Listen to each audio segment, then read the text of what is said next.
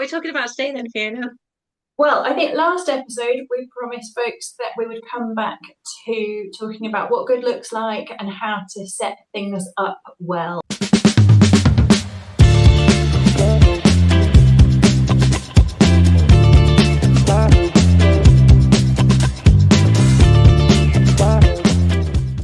Let's dive in.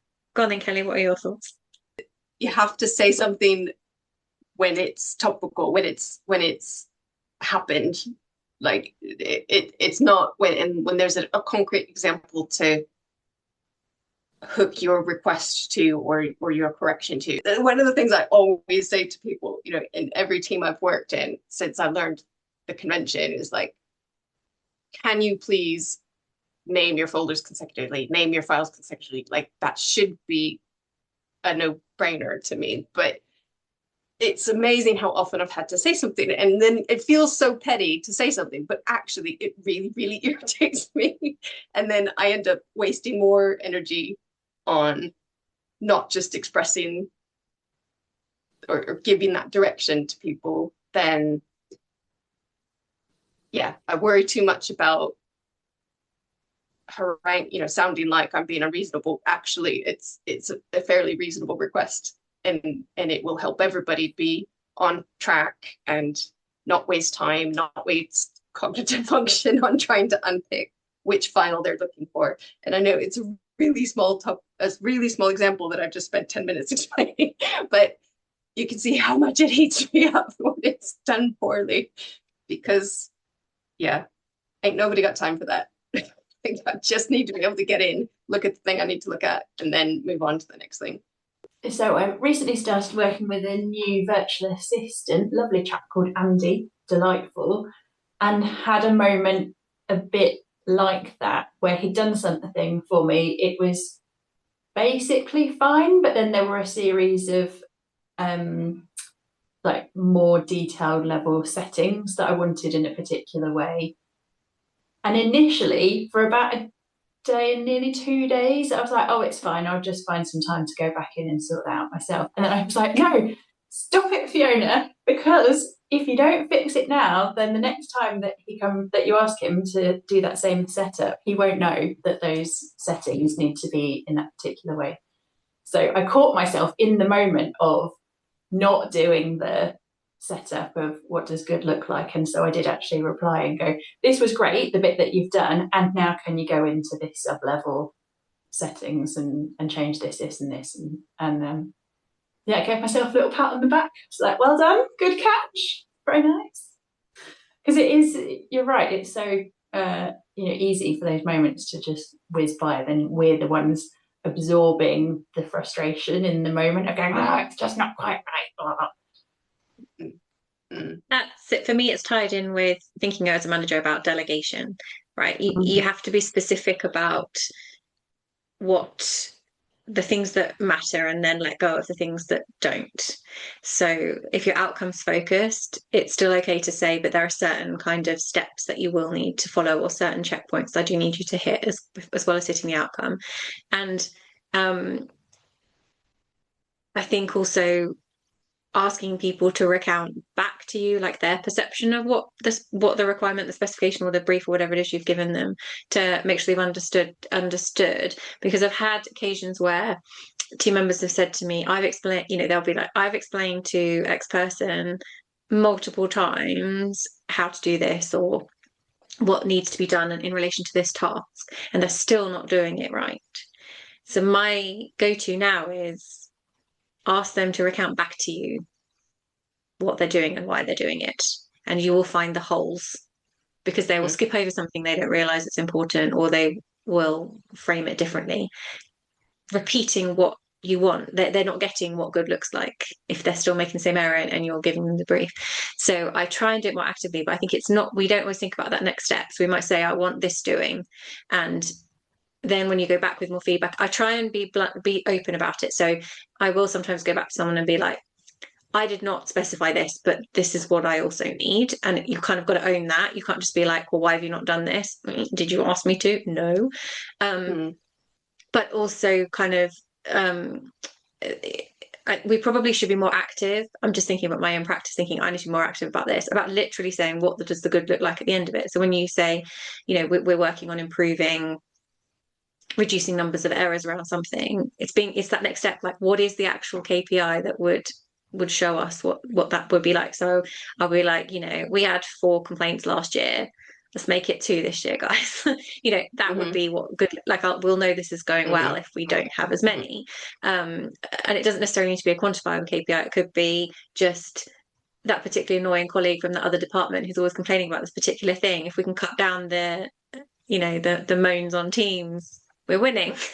Yeah. um, If you are trying to get them to reflect back to you, because I've had this experience where I've tried to do that, been like, I can see this person is not taking on the importance of these steps, and could not get them to reflect back to me. Just got the eye roll and the yeah, I got it, and just could not get it. I just ended up repeating myself. So how would you get someone to hear you when you're in that space and you need them to, or would you just leave it?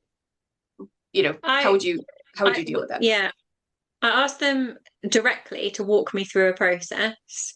So, and where because I've asked people to do that, like to recount back to me, and they haven't really got what I meant, or they were, they were like, no, I've got it. We don't need to go through it anymore. So what I've then done is try to engineer a situation where, say, like we're in a team meeting or something, I'll be like, okay, so could you, we're in that team meeting next week, could you kind of explain it to everyone? Or this colleague's new, she won't have heard it before, can you explain it? Or I get them to, we don't have a process map for that. So now you've got it. If you could draw out the document so we could put that on file, that would be really great. And then again, Mm-hmm. we can see some of the holes. Because what we're often trying to do is address like the whole thing. Like if you've got a process that's quite complicated, and you often Mm-hmm. have a team member say to you, or even feel yourself like, oh, they don't do anything right. And actually, there's like a point where they're going wrong. You won't unpack it otherwise. I do think when they do the eye roll, I will not have someone roll their eyes at me. I've had it happen before at once. I'm used to it from students, but not from staff members. And it's like, I just say, well, humour me. If it's that obvious, humour me. Mm-hmm. And then just wait and hold the silence till it's really, really awkward and they are compelled to fill it. Mm-hmm. I will just sit there. Yeah.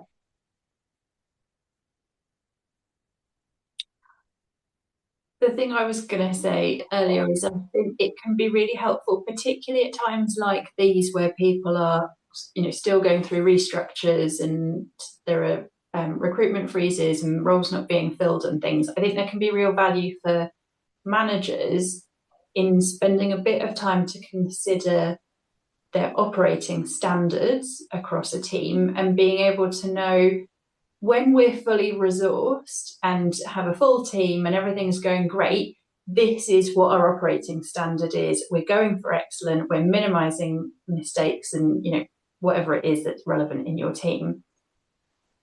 Ordinary sort of standards we can accept are like this, and then this is the minimum standard where everybody's stretched, there are vacancies in the team, we've just got to get through the week. This is the minimum standard, and being able to know for yourself as a manager what those standards are, so then you can clearly communicate them to team members and stakeholders and line and senior leaders when they're continuing to pile work on, to go back and go, listen, I can either give you these things at a good standard and not take this new thing, or I can drop the standard on everything and include those new things that you've asked me for, but I cannot resource all of that. What do you want from me? And using that understanding of your own team dynamics and resourcing and standards to be able to have those discussions. Really In a way, useful. that's kind of thinking like what's done, like minimum standard, and then what's good and what are we striving towards. Had that team I've been working with recently who are really, really, really under-resourced and lots of vacancies haven't been filled, and really frustrated to say. And I said to them right as soon as I started working with them, went straight in with what we're looking for is done. within on brand and compliant. That's like, that is what we're after. Not looking for perfection in a few small areas. We're looking for across the board done, compliant and on brand. And that has often had to be the case because actually, in many ways, in the admissions context, that's what clearing comes down to. Done, on brand, compliant. And ultimately that's all that matters in clearing as your minimum standard. Obviously, you always want to do better and everything, but when push comes to shove, it's probably one of the few sessions in the year where everyone is really clear about what those minimum standards and minimum expectations are, which enable you to push through the volume. So yes, this is emerging in my mind as I need to think about like what's done and then like what's good and then what we can improve from. I'm going to take that away and think about that a bit more, I think. Yeah, it can really help with those team members who are likely to burn themselves out by overperformance as well. So you'll find people who are trying to continue to hit above expected standards, whereas resource is like being stripped out of the team, and they're like, but I can't do it all. It's like, we're not asking you to do it all. Stop. Like, you're the one who's out there, kind of leading the charge on trying to pursue excellence in every domain of your work. And it can be really helpful then to have very well-defined examples of the different tiers of what work, so that you can really help them find some clarity around that and to understand that it's not worth them pushing themselves to their limits to pursue excellence in areas. And that it won't reflect poorly on them. Because I think that sometimes colleagues find that difficult. If their own expectation of self, their own expectation of work is up here, they worry that, okay, it might be fine for you in the moment saying I don't need to be at that standard or that level, and you're actively telling them stop doing that, I need you to do these other things, like you have to draw the line there, but they still worry deep down that there's going to be criticism, there's going to be negativity around the fact they didn't perform at that level, and helping them not feel very defeated by that, because sometimes I worry that colleagues feel like if you accidentally come across as kind of saying like, I need you to, it's okay to do things a bit slapdash to just get it all done as fast as you possibly can, and sometimes you really do have to kind of say like, I know that's what it feels like, but we are so up against it that the most critical thing is that we get all of this, if it's students or applicants, whatever, all of them through by this deadline, and you just that is more important, that is more dangerous to miss than the mistakes that we are inevitably going to pick up on the way, but also owning that. So being like, I'm clear that I'm giving you this instruction, that I need you to bring down maybe the level of service or the level of quality slightly. I mean, as you said, got minimum standards, but it's owning that as well, isn't it? And like making it clear that senior leaders understand what you're advocating and everything, so that colleagues don't feel like they may later have to account for it. Well, and I think that's the missing key, the missing piece, because I've certainly been in positions where I was told you're hanging on to, you're trying to be too perfect, you're hanging on to it too long, and I'm unless people trust that you're not going to turn around and throw them under the bus when it hits the fan, and they don't want to look silly, so that they shuffle the blame down onto you, be like, hang on a minute, so people won't let go of that anxiety unless they really, really trust that you as the manager are going to have their back. If it comes, it's not going to come back on them.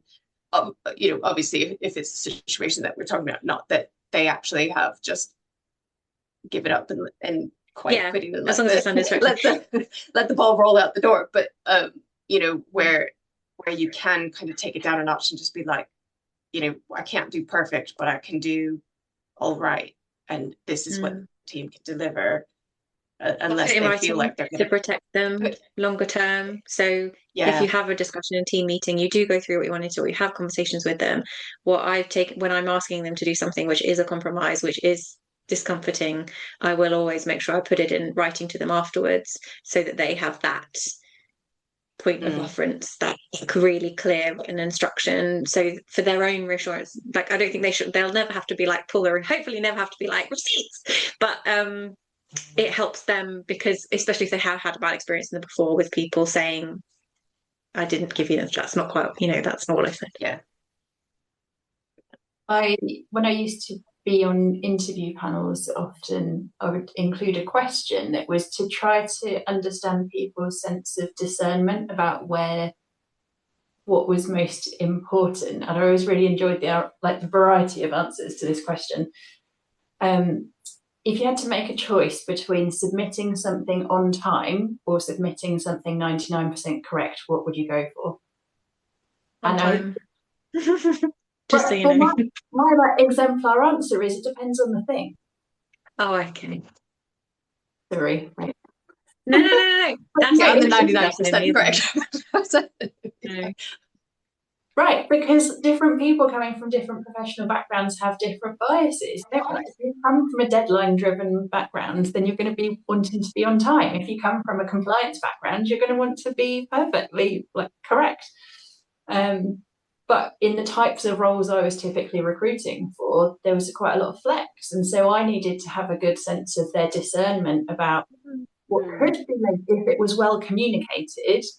So for some things you can send a message to secretary of committee, whatever, and say, I'm really sorry, the paper's not quite ready. It will be with you tomorrow morning. It's going to be a bit late, but we want to make sure that the information is full and correct for the committee. Versus things where, it has to be on time, and getting a sense from those interview candidates about where they would draw those lines. I think it's really, really helpful to have a sense of that about somebody before they join the team. I think the fact that Kelli as a registrar and I work in admissions definitely channels into our respective approaches there, doesn't it? Although obviously I do have a compliance hat on, but so much of compliance and admissions is about doing it right, but it doesn't matter if you've done it right if you don't hit the deadline. So, if you don't hit a submission deadline on something, it doesn't matter whether it was right or it was wrong, you've missed it. So, but yeah, I was just thinking that's really interesting. It definitely reflects our different focuses of our work operationally. But mine was always more, as kind of a generalist manager, and so a lot of mine was really relational. So it was what I was like, to be honest, I don't really care which you choose, as long as the person that whatever it is due to knows. If it's going to be late, let them know. They need to know. They need to have that awareness. Really relational. I think that's scaling up and scaling down of what good looks like at different points. And if the deadline is hard, then you're going to have to scale up and down scale down what you do if you need to hit it. But also, every deadline has flex. Even if the deadline can't move, what you deliver against it, what you do against other things. The question that I always ask in an interview is, when someone asks an academic, this is an admissions context, but always ask, if an academic asks you to bend the rules, what do you do? What do you say? And the right inverted commas answer is, you ask why they want to do it, and you establish whether there's a way that you can accommodate, we can be flexible in our approach and everything. The number of people that will just be like, well, just say no. It's like, oh dear, you're not going to last long in admission. If you just say no. First of all, no one says no to an academic. You've got to find a different way of saying no than no. But it was the same kind of question to really unpack that critical thinking that they might have, and to see whether someone can see, because it depends, is the core of it. But also it's about nothing. And I truly believe this, nothing is as rigid as anyone thinks it is. People will be like, the rules are black and white. No, they're not. They're written in words. Words have meaning. Meaning can be tweaked, adjusted, flexed around. There's often flexibility. You just need to look for it and think about the best way. And sometimes you have to draw a hard line, acknowledge. But in admissions, we have saying it's not no, it's not now. So there's always a solution, even if it isn't the one the person's looking for. Yeah. Well, I think that takes us back to where we started this conversation in terms of, asking for somebody to clarify, what does good look like?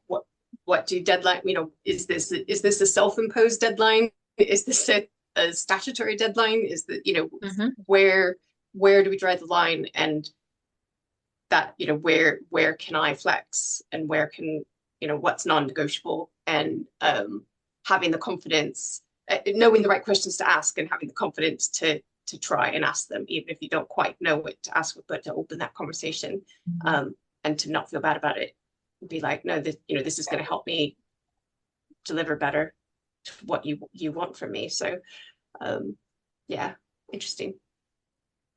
And I think what I'm hearing brewing in the background as well is another episode where we talk about our favourite interviewing questions and the sort of I think that could be a great episode. Definitely, yeah. Happy to do that.